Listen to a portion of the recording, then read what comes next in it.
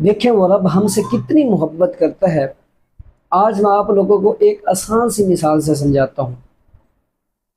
मिसाल के तौर पर अगर कोई बेटा गलती करता है ना, कोई बेटा गलती करता है तो उसका बाप उसकी गलती को पहली मर्तबा माफ़ कर देगा, पहली मर्तबा उसकी गलती को माफ़ कर देगा।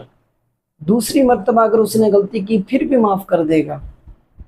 तीसरी मर्तबा जब वही गलती दोबारा करेगा ना, तो उसका बाप जो है वो उससे मुंह मोड़ लेगा, बात नहीं करेगा कि तुम्हारी तो ये आदत बन चुकी है, मैंने कितनी मर्तबा तुम्हें रोका है कि ये गलती नहीं करनी, फिर भी तुम बार बार वही गलती कर रहे हो, बार बार वही गलती कर रहे हो।